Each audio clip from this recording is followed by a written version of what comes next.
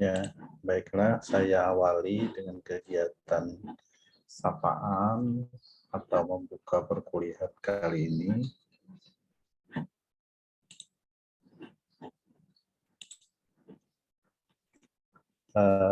Kita bersama-sama masuk pada mata kuliah belajar dan pembelajaran.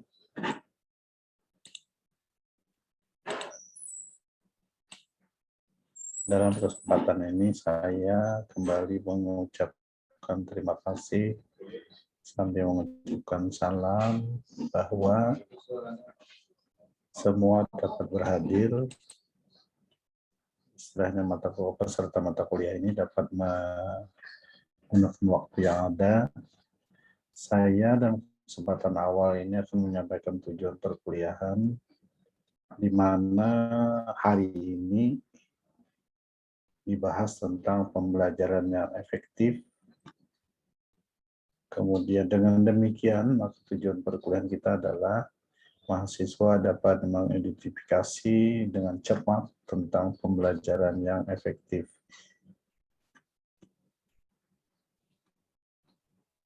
Baiklah, agar perkuliahan kita dapat bernilai ibadah dan mendapatkan nilai tambah di sisi Tuhan Yang Maha Esa, maka kita awali kegiatan ini dengan membacakan doa. Berdoa mulai. Bismillahirrahmanirrahim.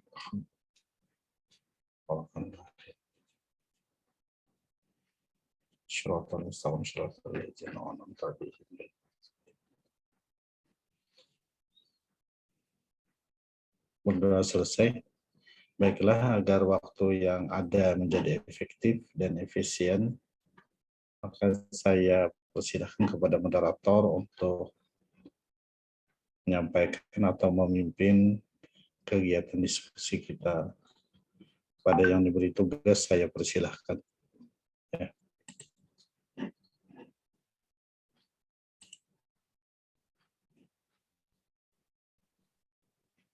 Baik, Assalamualaikum warahmatullahi wabarakatuh. Waalaikumsalam warahmatullahi wabarakatuh. Selamat siang dan yang terhormat kepada Bapak Suhaimi selaku dosen pengampu mata kuliah ini, serta teman-teman semua. Pertama-tama marilah kita panjatkan puji syukur pada Allah Subhanahu wa Ta'ala karena telah memberikan rahmat, kesehatan, dan keselamatan sehingga kita dapat berkumpul di ruang Ujub pada hari ini. Adapun topik kelompok yang akan kami bahas yaitu pembelajaran yang efektif. Perkenalkan, saya Nobel Ramadhani sebagai moderator pada hari ini. Saya akan memimpin jalannya diskusi ini. Adapun anggota kelompok saya yaitu ada Paradila Adayanti dan Nur Kamaliyah. Baik, akan kita mulai.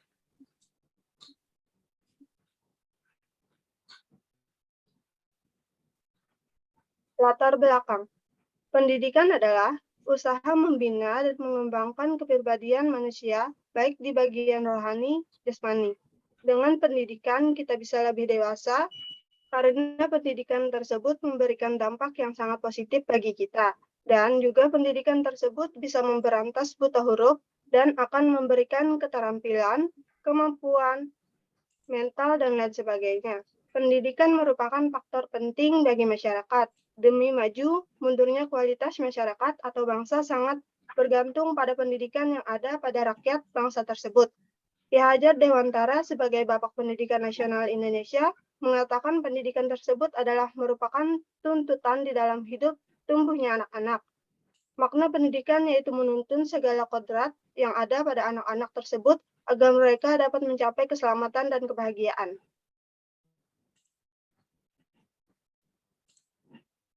Adapun hakikat pembelajaran efektif.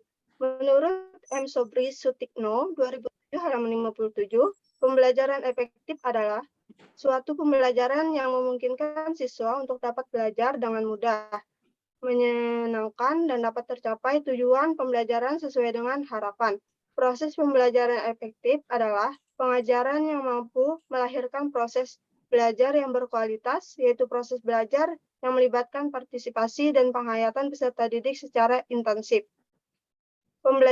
Pembelajaran efektif akan melatih dan menanamkan sikap demokratis bagi siswa, menciptakan suasana pembelajaran yang menyenangkan, dan memberikan kreativitas siswa untuk mampu belajar dengan potensi yang sudah mereka miliki, yaitu dengan memberikan kebebasan dalam melaksanakan pembelajaran dengan cara belajarnya sendiri.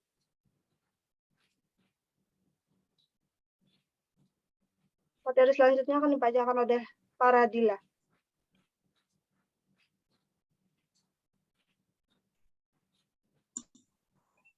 Dua unsur pokok pembelajaran efektif. Yang pertama yaitu guru harus memiliki suatu gagasan tentang tujuan belajar yang diharapkan. Yang kedua yaitu pengalaman belajar yang direncanakan dan disampaikan dapat tercapai. Good and Brophy dalam MathGregor 2007 menjelaskan bahwa guru yang efektif ini yaitu sebagai berikut. Yang pertama, guru yang menggunakan waktu pembelajaran secara maksimal. Yang kedua, memantau program dan kemajuan. Yang ketiga, menyajikan bahan dan materi pembelajaran dengan cara tertentu sehingga memenuhi kebutuhan peserta didik. Yang keempat, bersedia mengulang kembali jika diperlukan. Yang kelima, merancang kesempatan belajar bagi peserta didik untuk menerapkan pengalaman belajarnya. Yang keenam, mematok harapan tinggi tetapi tujuan tersebut realistik.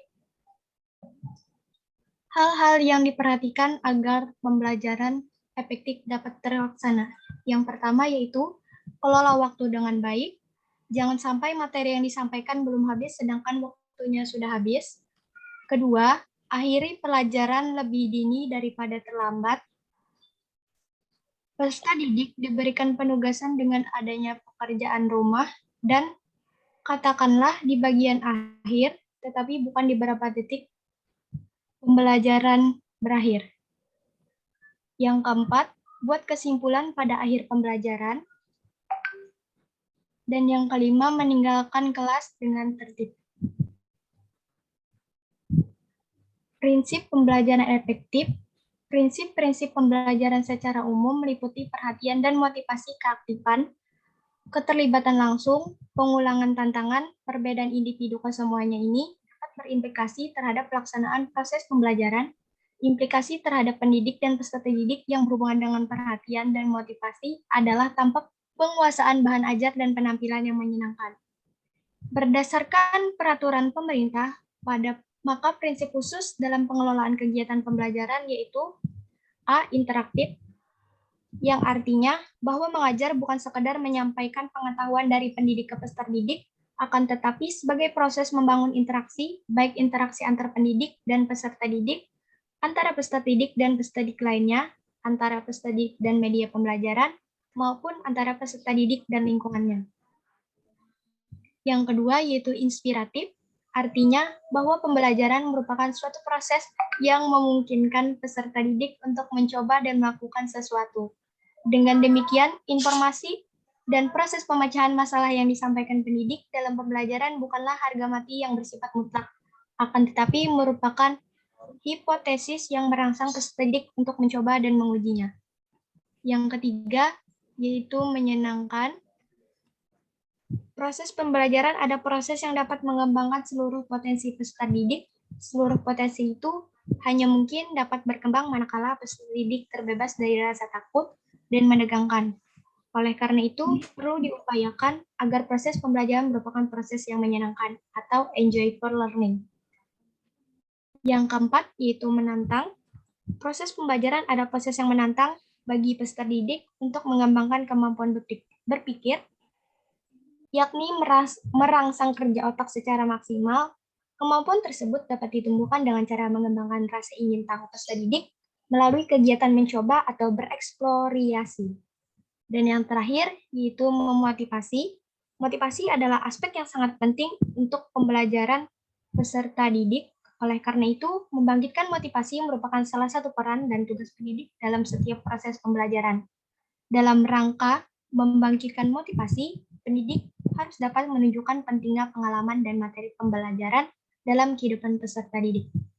Materi selanjutnya akan dilanjutkan oleh Nur Kamalia. Faktor yang mempengaruhi keefektifan belajar.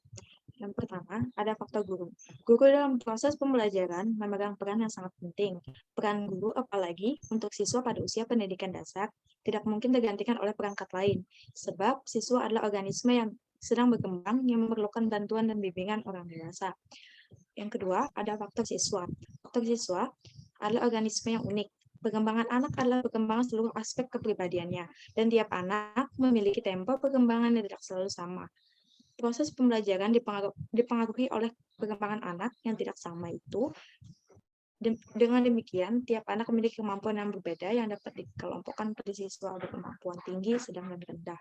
Selanjutnya, faktor sarana dan prasarana. Faktor sarana dan prasarana ini adalah sarana itu ialah segala sesuatu yang mendukung secara langsung terhadap kelancaran proses pembelajaran, seperti media pembelajaran, alat pelajaran, perlengkapan sekolah, dan sedangkan prasarana ini adalah seperti transportasi yang mendukung keberhasilan proses pembelajaran, peralatan sekolah misalnya, atau kelengkapan fasilitas yang ada di sekolah. Selanjutnya, ada yang keempat, faktor lingkungan. Proses pembelajaran yang tidak diperhatikan lingkungan bukan hanya menjauhkan peserta didik dari sadarnya lingkungan, juga tidak akan membuahkan hasil belajar maksimal. Dari lingkungan ada dua faktor yang mempengaruhi proses pembelajaran. Next, Del. Yang pertama ada organisasi kelas, yang dimana organisasi kelas ini berisi seperti organisasi ketua kelas, wakil atau sekretaris, dan anggota-anggota lain di bawahnya. Yang kedua ada iklim sosial psikologis. Ini adalah keharmonisan hubungan antara orang yang terlibat dalam proses pembelajaran. Misalnya kayak hubungan kerjasama antar guru, atau kerjasama siswa dengan siswa, atau siswa dengan guru. Lanjut.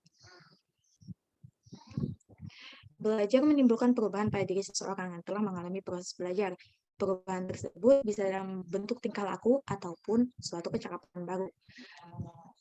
Muhammad Kalim Purwanto, faktor-faktor belajar dapat dikategorikan menjadi dua golongan.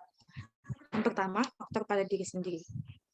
Faktor pada diri sendiri ini ialah yang sering disebut sebagai faktor individual, mencakup kematangan pertumbuhan, kecerdasan, latihan, motivasi, dan faktor pribadi.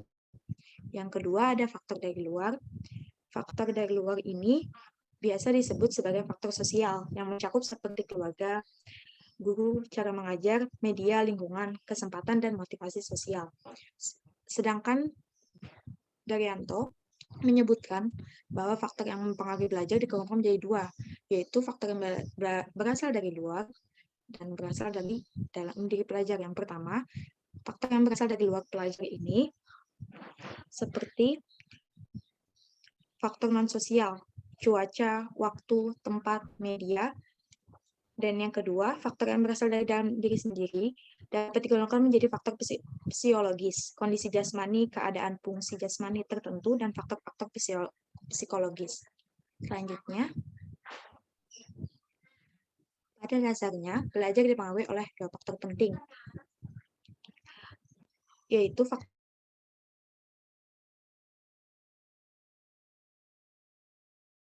internal tentu kaitannya dengan dalam diri, dan faktor eksternal itu dari luar.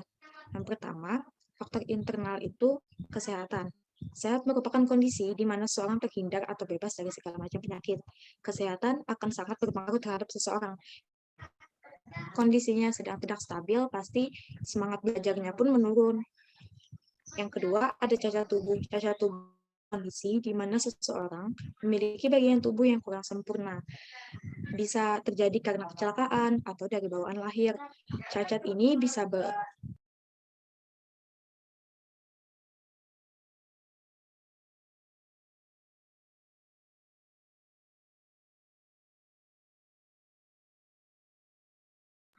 Selanjutnya, ada faktor eksternal, yaitu faktor keluarga, seperti keluarga merupakan tempat pertama di mana seseorang anak mulai belajar. Keluarga mempunyai peranan dan pengaruh yang sangat penting, di mana anak yang pertama kali diperkenalkan oleh kebiasaan atau tata cara kehidupan kebiasaan dalam keluarga, seperti cara orang tua mendidik antar keluarga, suasana rumah, keadaan ekonomi keluarga, pengertian orang tua, dan latar belakang kebudayaan atau pendidikan orang tua tersebut. Yang kedua, ada faktor dari sekolah. Faktor dari sekolah ini bisa seperti yang bisa mempengaruhi pembelajaran itu metode mengajar. Kan biasanya kalau satu guru sama guru yang lain itu pasti metode belajarnya berbeda-beda gitu. Yang kedua ada kurikulum, sejumlah kegiatan yang diberikan kepada peserta didik. Yang ketiga, hubungan guru dengan siswa. Misalnya hubungan guru dengan siswa itu baik, terkadang tuh bisa menjalin pemahaman yang lebih baik juga karena gurunya bisa mengerti dengan siswanya. Tergantung juga dengan kedua belah pihak. Yang keempat, hubungan peserta didik dengan guru. Yang kelima, disiplin sekolah. Yang keenam, alat pengajaran. Yang ketujuh, waktu sekolah. Yang kedelapan, standar pengajaran di atas ukuran. Yang sembilan, keadaan bangunan. Yang 10, metode belajar. Dan yang ke-11, tugas rumah atau PR. Yang faktor ketiga, yaitu faktor masyarakat, di mana masyarakat merupakan salah satu faktor luar yang berpengaruh terhadap belajar, seperti kegiatan peserta didik dan masyarakat. Misalnya mengikuti kegiatan masyarakat berdampak baik, tetapi bila terlalu banyak bisa mengganggu pembelajaran, di mana siswa misalnya lebih banyak berkegiatan di luar daripada di rumah. Selanjutnya, yang kedua ada media massa seperti bioskop, TV, radio, majalah, dan buku. Yang ketiga, bentuk kehidupan masyarakat beragama, jujur, tidak terpelajar, penjudi, pencuri, dan lain sebagainya. Saya kembalikan ke moderator.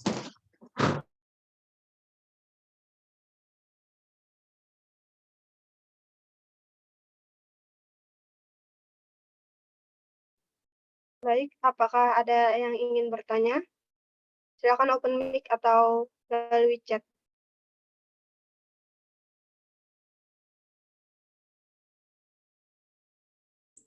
Saya izin bertanya. Perkenalkan, nama saya Resti Mandalena dari kelompok 5. Ingin bertanya, tadi kan dijelaskan bahwa lingkungan itu merupakan salah satu faktor yang mempengaruhi proses pembelajaran. Jadi pertanyaan saya, kategori lingkungan apa yang dapat mempengaruhi proses pembelajaran tersebut? Tolong dijelaskan. Terima kasih.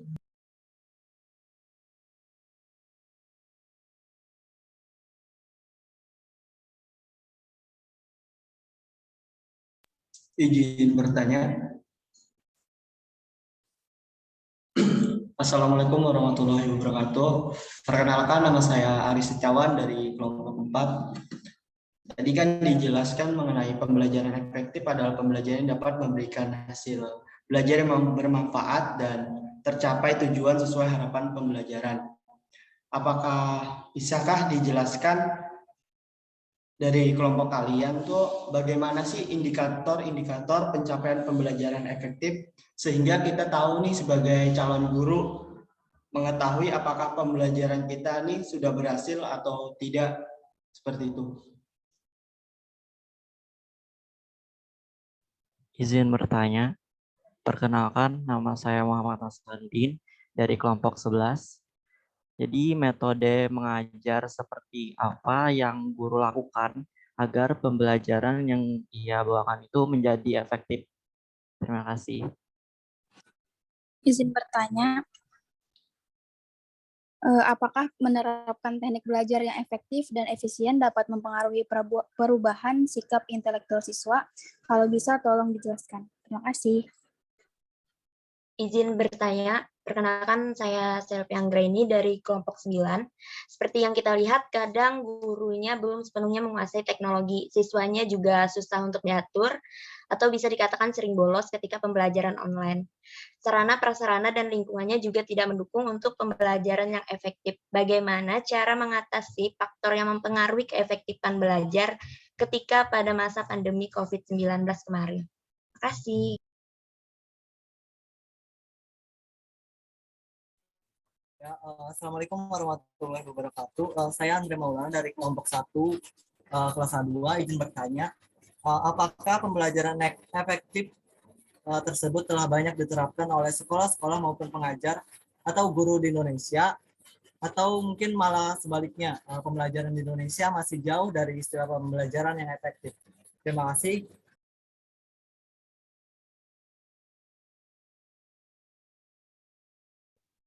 Izin bertanya. Assalamualaikum warahmatullahi wabarakatuh. Perkenalkan, nama saya Savitri, saya dari kelompok 3. Tadi sudah dijelaskan oleh anggota kelompok 3 bahwa salah satu pembelajaran efektif itu adalah dengan kegiatan eksplorasi. Jadi contoh pembelajaran efektif yang menggunakan kegiatan eksplorasi itu seperti apa? Terima kasih. Saya izin bertanya, sebelumnya perkenalkan nama saya Halimatus Sadia dari kelompok 2. Pertanyaannya, bagaimana mewujudkan proses pembelajaran yang efektif agar dapat memotivasi siswa untuk belajar dengan aktif? Terima kasih. Mohon izin, untuk yang bertanya bisa ditulis di room chat agar kami bisa mencari jawabannya dengan mudah. Terima kasih.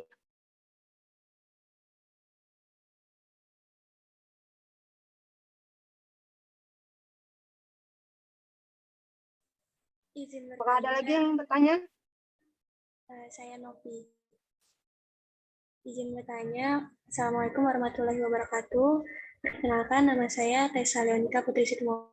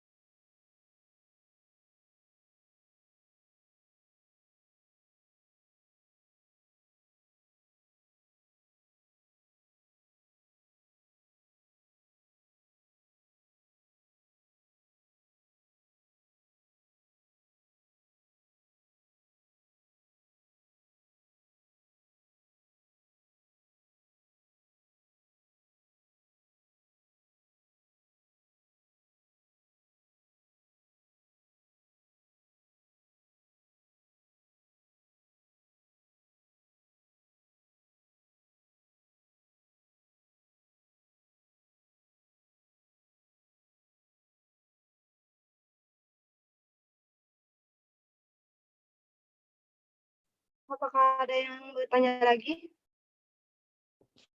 Izin bertanya. Perkenalkan, Assalamualaikum warahmatullahi wabarakatuh. Perkenalkan, nama saya Anis Ristiani dari kelas A2. Ingin bertanya, bagaimana cara pembelajaran efektif di era pandemi ini? Sekian, terima kasih.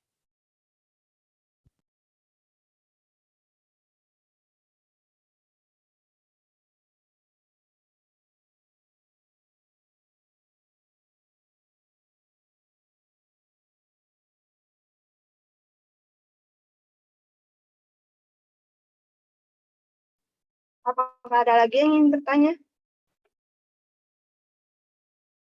Baiklah, kalau tidak ada, izinkan kami untuk mencari jawaban dari pertanyaan teman-teman semua.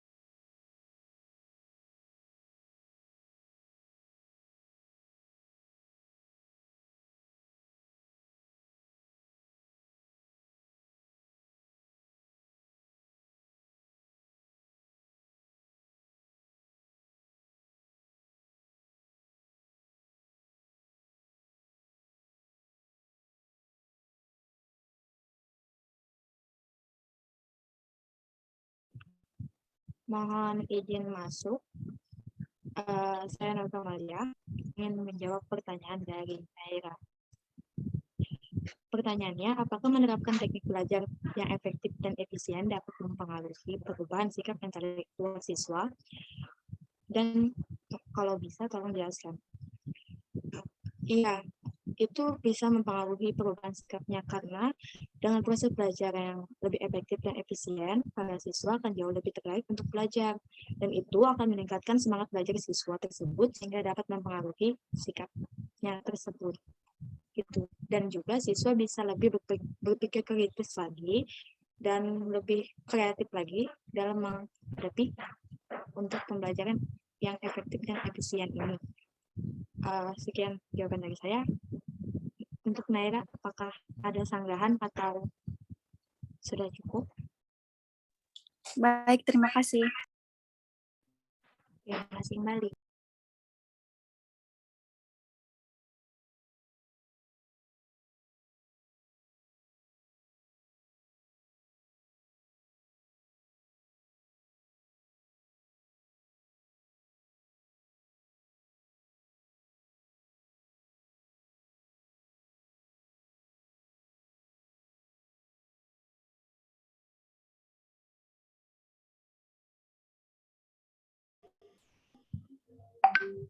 Saya ingin menjawab pertanyaan dari Andre Maulana. Pertanyaannya, apakah pembelajaran efektif tersebut telah banyak diterapkan oleh sekolah-sekolah maupun pengajar atau guru di Indonesia, atau malah pembelajaran di Indonesia masih jauh dari istilah pembelajaran yang efektif? Jawabannya itu, proses pembelajaran yang dilakukan oleh banyak guru saat ini cenderung pada pencapaian target materi kurikulum dan lebih mementingkan pada penghafalan konsep bukan pada pemahaman. Hal ini dapat dilihat dari kegiatan pembelajaran di dalam kelas yang selalu didominasi oleh guru. Dalam hal penyampaian materi, biasanya guru menggunakan metode ceramah yang dalam pelaksanaannya siswa hanya duduk, mencatat dan mendengarkan apa yang disampaikan guru dan sedikit peluang bagi siswa untuk bertanya. Dengan demikian, suasana pelajaran menjadi tidak kondusif sehingga siswa menjadi pasif. Itu saja jawaban dari saya. Apakah Andre bisa menerimanya? Ya, terima kasih atas jawabannya. Ya, terima kasih kembali.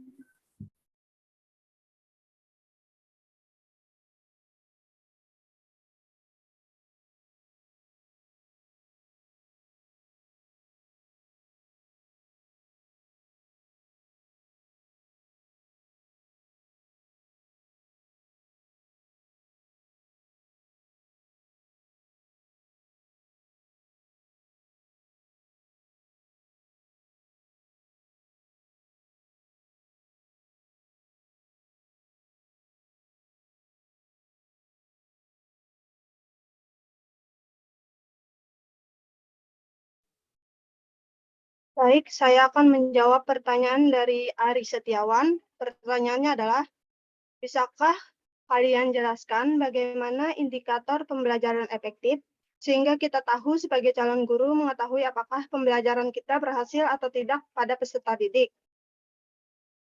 Indikator keberhasilan pertama adalah yaitu proses komunikasi, yakni dari guru kepada siswanya untuk mendapatkan tujuan tertentu. Komunikasi dikatakan efektif apabila komunikasi yang dilakukan menimbulkan informasi dua arah dengan adanya feedback dari pihak penerima pesan. Yang kedua, yakni pengelolaan pelaksanaan pembelajaran. Indikator ini adalah berbagai cara dalam hal mengolah situasi dan kondisi dalam proses pembelajaran. Yang ketiga, yaitu respon peserta didik, yaitu saat guru menyampaikan materi dalam mata pelajaran, siswa dapat menyampaikan pendapat atau menyampaikan suatu pertanyaan yang ingin mereka sampaikan. Yang keempat, yaitu aktivitas belajar, yaitu kegiatan siswa yang menunjang keberhasilan belajar. Aktivitas belajar merupakan kegiatan yang dilakukan dalam proses interaksi antara guru dan siswa dalam rangka mencapai tujuan. Dan yang terakhir, yaitu hasil belajar siswa. Hasil belajar yakni tolak ukur sejauh mana siswa dapat menguasai pembelajaran setelah mengikuti kegiatan proses belajar mengajar atau keberhasilan yang telah dicapai oleh peserta didik setelah mengikuti kegiatan pembelajaran yang ditandai dengan huruf angka atau simbol tertentu yang disepakati oleh pihak penyelenggara pendidikan. Pada Ari, apakah bisa dipahami atau diterima? Terima kasih atas jawabannya. Terima kasih kembali.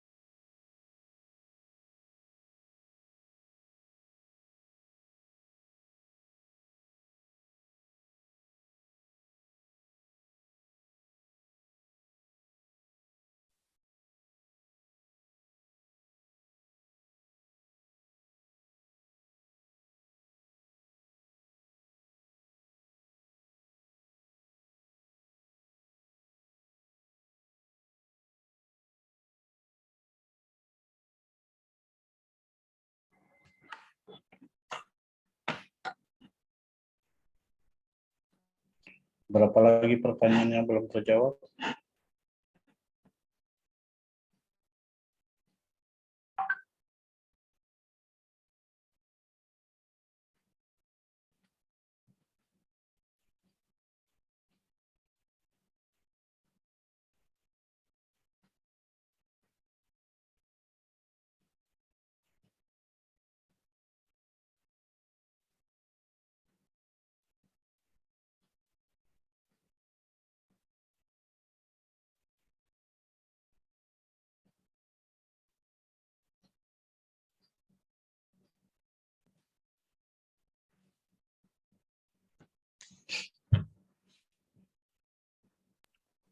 Izin menjawab lagi pertanyaan dari Halimatus Sadia. Pertanyaannya, bagaimana cara mewujudkan proses pembelajaran yang efektif agar dapat memotivasi siswa untuk belajar dengan baik? Yang pertama, dapat meningkatkan kualitas guru. Kedua, memaksimalkan fasilitas pembelajaran. Yang ketiga, memilih metode pembelajaran yang tepat. Yang keempat, memanfaatkan media belajar. Dan yang terakhir, melakukan evaluasi pembelajaran. Sekian jawaban dari saya. Untuk kalimat Sadia, apakah sudah cukup atau ada tambahan atau sanggahan? Baik, terima kasih atas jawabannya. Terima kasih.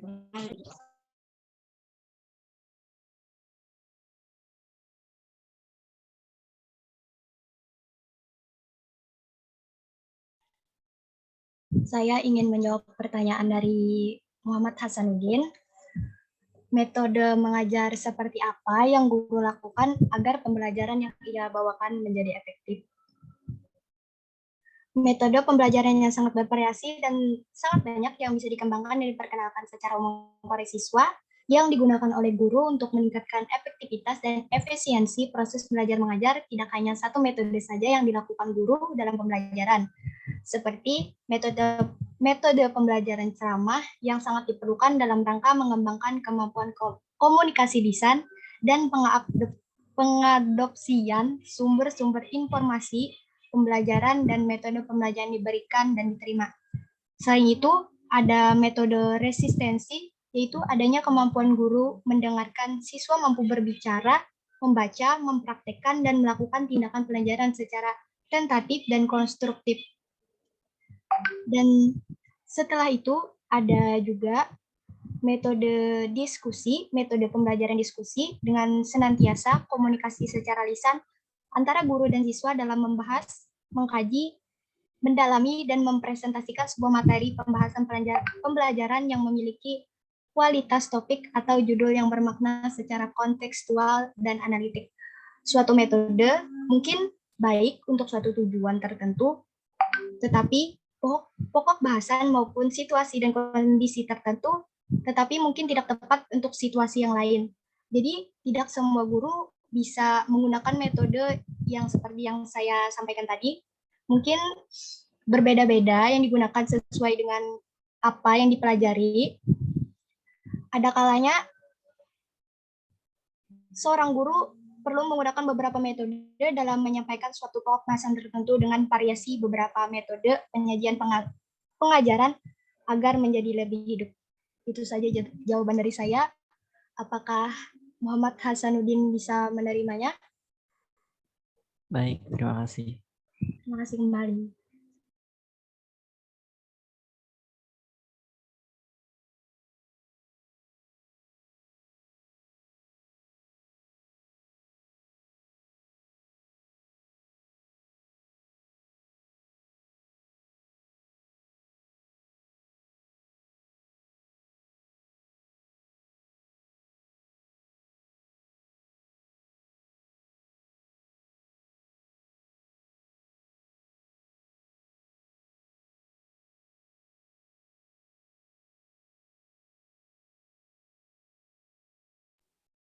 Baik, saya akan menjawab pertanyaan dari Sapitri. Pertanyaannya adalah, contoh pembelajaran efektif menggunakan kegiatan eksplorasi itu seperti apa?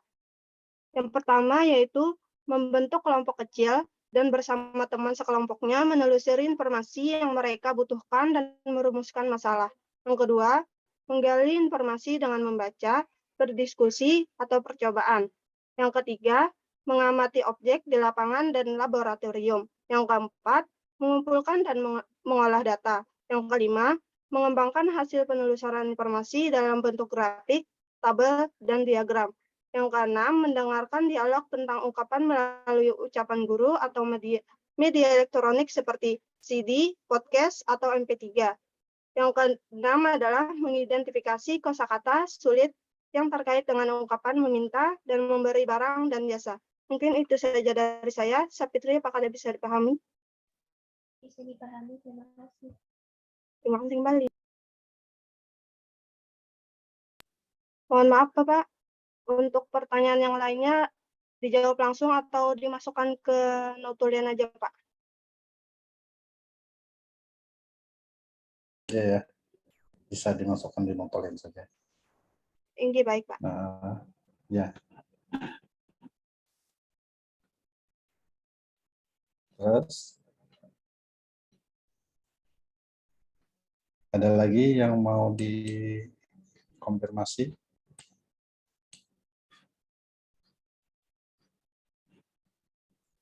Baik, sebelum saya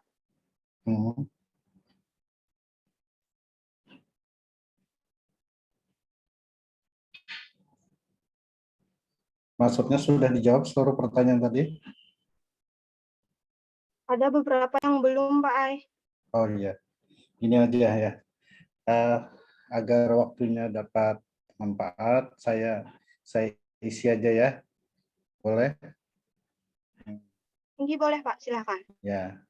Jadi beberapa hal yang berkaitan dengan pertanyaan. Pertama, faktor yang mempengaruhi dari luar.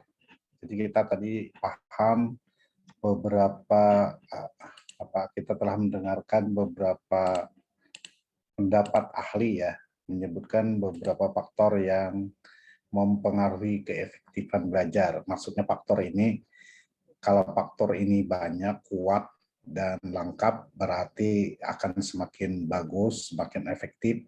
Sementara kalau belum lengkap, belum bagus, belum mendukung, maka faktor ini maka efektivitas daripada pembelajaran itu akan menurun. Jadi tergantung pada faktor ini. Faktor ini terbagi menjadi dua pada dasarnya. Ada faktor dari luar dan faktor dari dalam. Faktor dari dalam itu dalam diri seorang anak. Faktor dari luar itu faktor di luar daripada diri seorang anak. Sekarang kalau kita cerita, kalau mau ditanyakan faktor dari luar secara khusus, ini beberapa pendapat ya. Tadi pendapat Pak Ngalim Purwanto, ada juga kemudian pendapat Daryanto, ada juga berbasis psikologis beliau. Kemudian ada yang pendapat eksternal, ada internal. Eksternal itu adalah dari luar, kalau yang dari dalam itu adalah internal. Nah ini yang dari eksternal tadi disebutkan, kan pertanyaannya dari luar, yaitu keluarga, sekolah, dan masyarakat. Kalau dalam diri itu tentu saja kesehatan dan kelengkapan kesehatan secara keseluruhan, atau kesehatan di salah satu anggota tubuh atau panca indera. Anak pada dasarnya harus konsen, harus bisa fokus terhadap mata pelajaran. Itu pada intinya ya. Penyebab anak tidak fokus itu bermacam-macam, karena sakit mungkin, karena kondisinya lapar dan sebagainya, dan ada juga masalah psikologis, tekanan ataupun ada persoalan secara psikologis yang dipikirkannya. Sekarang faktor keluarga harus mendukung, sekolah harus memberikan fasilitas seluas-luasnya, termasuk guru. Kemudian faktor daripada masyarakat tentu saja sangat mempengaruhi. Kalian kan ingat, keberhasilan di Indonesia secara nasional, pendidikan itu adalah DIY atau Daerah Ibu Kota Yogyakarta. DIY itu masyarakatnya sangat mendukung. Di sana bahkan seluruh daripada aktivitas belajar anak di luar daripada sekolah itu diatur dalam perda gubernur atau perda wali kota. Jadi anak sekolah harus belajar pada jam 9, itu ada perdanya. Kemudian siswa harus ikut kursus. Nah, kursus di sana disediakan oleh lembaga profit atau kemudian ada juga yang sukarela. Artinya tidak harus memungut biaya. Jadi itu salah satu contoh bahwa faktor masyarakat itu sangat menentukan, sehingga waktu zaman ujian nasional yang tertinggi itu bukan yang tertinggi secara perorangan, tapi yang tertinggi secara kolektif dalam bentuk jumlah siswanya itu adalah Yogyakarta. Walaupun di sana makanya disebut ada sekolah pelajar, kota pelajar. Tapi kota pelajar itu ada di mana-mana ya. Tapi pada intinya di Yogyakarta orang sudah sangat peduli, orang tuanya dan masyarakatnya sangat peduli akan keberhasilan daripada pembelajaran. Sekarang kalau ada pertanyaan yang lain saya rangkum saja. Tadi beberapa pertanyaan yang bercerita tentang bagaimana pembelajaran itu efektif. Saat ini apakah di Indonesia itu betul-betul efektif atau tidak? Itu tentu saja dapat kita rasakan. Kalau ukuran efektif itu adalah satunya harapan atau tuntutan daripada masyarakat. Kalau bagi seorang guru, tujuan pembelajaran itu tercapai atau tidak. Jadi pada dasarnya pembelajaran yang efektif yang dapat menentukan dan tahu tidaknya itu adalah guru dan anak ya. Sekarang kalian dapat rasakan pembelajaran yang kalian ikuti itu adalah efektif atau tidak. Tapi pada dasarnya tadi ada dua hal yang menentukan dalam diri anak dan di luar anak. Jadi tidak semata-mata guru yang bertanggung jawab, tapi siswa juga harus bisa ikut berpartisipasi agar pembelajaran itu menjadi efektif. Nah, gitu. Sekarang strategi ya. Tadi ada juga yang bertanya tentang strategi. Kalau melihat tentang definisi pembelajaran efektif itu adalah siswa dapat belajar dengan mudah. Jadi pembelajaran yang disajikan di kelas itu memungkinkan anak bisa mengerti apa yang diajarkan, sehingga pembelajaran itu supaya dapat mengerti, suasananya harus menyenangkan.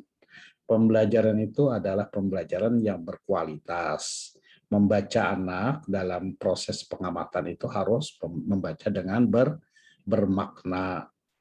Kemudian tadi dengan catatan bahwa keberhasilan metode dan model yang dibawakan oleh guru itu tidak semata-mata keberhasilannya ditentukan oleh guru, tapi juga harus berdasarkan partisipasi daripada peserta didik. Lalu kalau ada yang bertanya, apa Pak, bagaimana suasana partisipasinya? Nah, maka pembelajaran itu membuat anak belajar dengan suasana menyenangkan tadi dan memberikan ruang supaya anak dapat berkreativitas, sehingga pembelajaran yang berpartisipasi itu adalah peserta didik yang memberikan andil dan aktif dalam belajar. Tadi ada juga yang menjadikan ciri khas atau indikator bahwa pembelajaran itu efektif atau tidak. Ada juga yang berpendapat seperti itu. Pertama, itu pengelolaan waktu harus baik. Jadi di situ ada unsur-unsur penyampaian materi, ada pembukaan dan ada penutup. Penutup itu apa saja isinya, ada evaluasi dan ada pembuat kesimpulan dan motivasi. Ada awal pembelajaran, ada membuka pelajaran, kemudian mengkaitkan mata pelajaran dan menyampaikan mata pelajaran. Kemudian di akhir mata pelajaran lebih baik katanya mengakhiri mata pelajaran itu lebih baik cepat daripada lambat. Kalau berlama-lama maka akan bosan anaknya. Kalau cepat maka anak itu akan bergairah, jadi tidak kelelahan. Kemudian peserta didik diberi penugasan dan ada pekerjaan rumah. Kemudian kesimpulan jangan lupa. Kemudian meninggalkan kelas harus tertib. Jadi suasananya ini teratur dan menyenangkan. Jadi katanya di sini ada yang perlu dikuatkan, akhiri mata pelajaran lebih dini daripada terlambat. Nah, itu apa maknanya? Jadi suasananya harus betul-betul menyenangkan sehingga tak terasa bahwa mata pelajaran itu telah sampai pada akhir mata pelajaran. Nah, itu kriterianya ya. Sekarang kalau dalam sisi pengelolaan ataupun strategi itu adalah ada interaktif, ada tanya jawab, tidak satu arah tapi multi arah. Ada inspiratif, guru memberikan inspirasi. Kemudian suasana belajar menyenangkan, tidak ada ketegangan, tidak ada karena memungkinkan untuk anak beraktivitas. Kemudian soal harus menantang. Karena oleh karenanya wajib anak mempersiapkan diri dengan membaca di rumah dan mempelajari sebelumnya. Guru harus memberikan motivasi, jangan sampai loyo ya, harus diberikan motivasi. Guru harus memberikan hadiah minimal dalam pujian. Jadi ada dalam strateginya harus ada 5 tadi: interaktif, inspiratif, motivasi diberikan, pembelajaran yang menantang, dan suasana yang menyenangkan. Jadi ada 5 dalam strategi itu yang perlu guru ingat. Jadi sebenarnya makalah di kelompok ini atau PPT-nya sudah lengkap dan baik. Hanya saja kalau saya boleh beri masukan ya, tadi ada yang disebut dengan faktor sehingga membuat peserta mata kuliah ini belum begitu jelas antara faktor yang mempengaruhi daripada efektivitas daripada pembelajaran itu. Pertama ya, kata efektif itu berasal dari efektif dan efisien kemarin begitu. Kemudian efektif itu bagaimana suatu cara langkah sehingga sehingga pembelajaran itu mencapai tujuan. Jadi pada dasarnya itu makna kata dari kata efektif itu. Artinya pembelajaran yang dapat menghantarkan siswa pada tujuan pembelajaran. Jadi tujuan pembelajaran itu ada indikator yang telah dirumuskan, artinya siswa telah memahami ini, telah mampu mengerjakan ini, mampu menyelesaikan ini, begitu. Nah, itu adalah makna yang efektif. Hal yang mempengaruhi tadi beberapa tokoh menyampaikan faktor yang mempengaruhi keefektifan belajar ada bermacam-macam.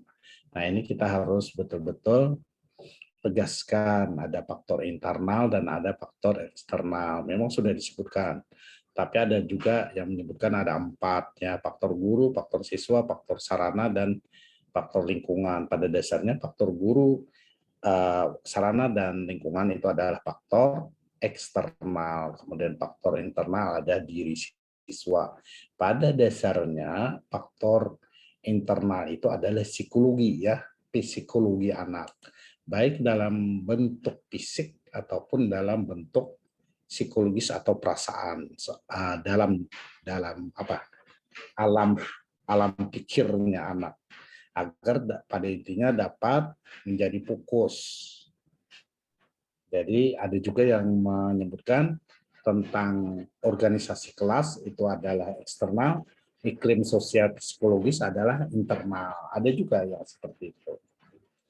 Jadi kemudian kalau Ngalim Purmanto dan Pak Daryanto ini memang berasal dari psikologis. Ngalim Purwanto adalah orang administrasi pendidikan, kalau Pak Daryanto adalah orang psikologi, sehingga banyak menyoal tentang psikologi anak. Psikologi anak, bagaimana seorang anak memiliki perasaan yang menyenangkan. Jadi arahnya seperti itu. Nanti kita dalami lagi dengan membaca makalahnya, ya. Demikian pertemuan ini yang dapat saya sampaikan. Mudah-mudahan ini dapat dipahami dengan baik. Kalau ada yang ditanyakan silahkan untuk klarifikasi lagi. Pada intinya pembelajaran efektif itu adalah pembelajaran yang dapat mencapai tujuan pembelajaran. Katanya kan berasal di kata efektif. Kemudian model dan strateginya tadi sudah ada disebutkan, dalam pembelajaran itu harus terpapar beberapa hal, ya. Nah, itu model apapun boleh, strategi metode apapun boleh. Yang penting siswa dapat memahami dan tujuan mata pelajaran itu dapat tercapai. Nah, demikian intisarinya. Akhir kata, saya mohon maaf sampai di sini pertemuan kita. Wassalamualaikum warahmatullahi wabarakatuh. Waalaikumsalam. Jangan lupa Terima kasih banyak, Bapak. Terima kasih banyak, Bapak. Sudah. Saya permisi juga, kita tutup pertemuan kita pada hari ini. Saya ingatkan presensi harus tetap diisi, ya. Karena itu adalah bukti kalian mengikuti mata kuliah ini. Selain saya juga merekam, kalian juga merekam dan ada foto yang saya ambil beberapa kesempatan. Demikian. Bapak, Ya. izin masuk. Mohon maaf, Pak, sebelumnya presensi ulun di Simari tanpa keterangan, tapi minggu semua ulun masuk, Pak. Gimana? Di Simari. Siapa? Musdalifah, Pak, A1. Yang mana? Yang hari ini gimana? Yang minggu semalam, Pak. Soalnya ulun bertanya ke kelompok, Pak. Ke kelompok 7, tapi di Simari ulun tanpa keterangan. Oh iya, nanti di chat saya ya. Kalau yang minggu Di chat kemarin. pribadi ya, Pak? Ya. Nggih, Pak. Terima kasih. Ya. Untuk presensi hari ini juga Pak semuanya tanpa keterangan, Pak. Oh iya gitu. Oh iya, Salah saya tanggal, nanti. Bapak. Oh gitu. Coba aku lihat ya. Nah, biar nanti aja dicek lagi ya. Seharusnya tanggal berapa? Tanggal 13. Tanggal 14, Hari ini Pak. tanggal 14, Pak. Tanggal Oh 14 iya, April, iya, Pak. jujur. Oh, jadi itu ya, tersetel tanggal 13. Ya, terima kasih. Nanti dicek di tempat setelah selesai mata kuliah ini ya. Karena apa? Karena memang ada doubling layar sehingga saya sulit membuka saat ini. Terima kasih atas perhatiannya. Wassalamualaikum warahmatullahi wabarakatuh. Waalaikumsalam warahmatullahi wabarakatuh. Terima kasih, Pak. Terima kasih, Bapak. Pak.